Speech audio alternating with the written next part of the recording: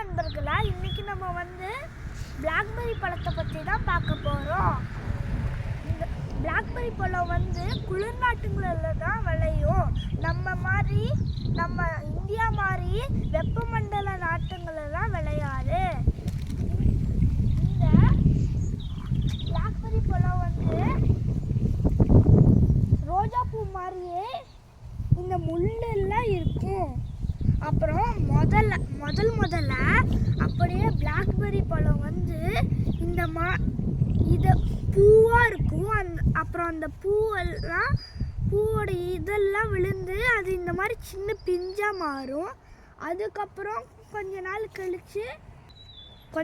கழிச்சு இது முத்துனதுக்கப்புறம் சிவப்பு நிறமாக இந்த மாதிரி மாறிடும்.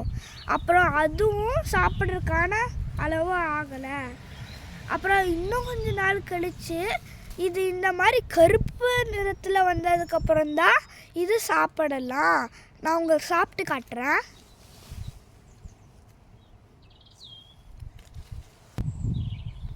இதில் மிளகு இருக்கும், அதனால இதை ஊதிட்டு சாப்பிடணும்.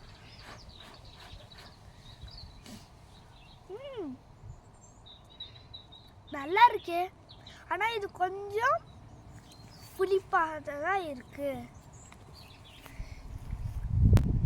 இது கொஞ்சம் புளிப்பாக இருந்தாலும் இது ரொம்ப சத்துக்கள் நிறைஞ்சது. இதை சூப்பர் மார்க்கெட்டில் பேக் பண்ணி விற்பாங்க. அதை மக்கள் விரும்பி சாப்பிடுவாங்க. நான் அடுத்த வீடியோவில் உங்களை பார்க்குறேன். Bye friends.